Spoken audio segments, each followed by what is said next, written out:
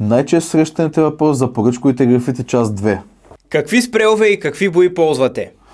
Значи най-често рисуваме с спрейове, като обикновено залагаме на марките Loop и Montana Break, като те са с най-висок клас. Като честно казано, напоследък, последните месеци, понеже работим по доста големи обекти, използваме и доста голямо количество фасаген с силикон. Това е боя подходяща за външно рисуване. Само се забъркаш цвета, получава се супер. Естествено не е толкова приятно, колкото това да рисуваш с спрей, но пък ползите са огромни.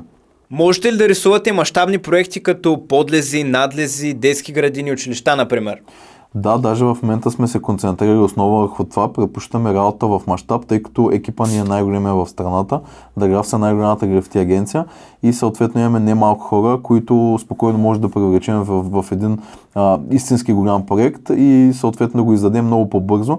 Именно това е нашето конкурентно предимство, че можем да бъдем много по-бързи и много по-координирани и съответно да извършим един огромен обем от работа за кратко време. Как можем да се свържем с вас? Може да свържете тук на нашия сайт, като там може да видите малко повече информация относно различни проекти, които сме правили, както и да видите нашите координати.